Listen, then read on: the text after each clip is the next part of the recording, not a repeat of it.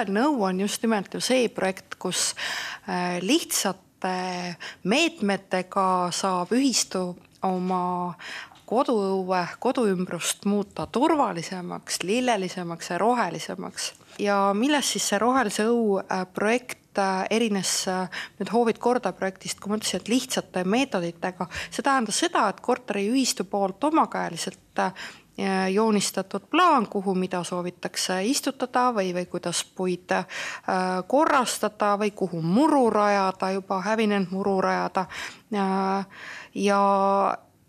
Ja soetuskuludena aktsepteerime täiesti poest võetud kviitongeid ja eeldus on veel see, et enne ja pärast et projekti juurde tuli teha fotod, missugune on see korrastatav ala täna ja pärast, kui hakkab siis hindamine, et siis me näeme, et ellu ongi viidud projekt.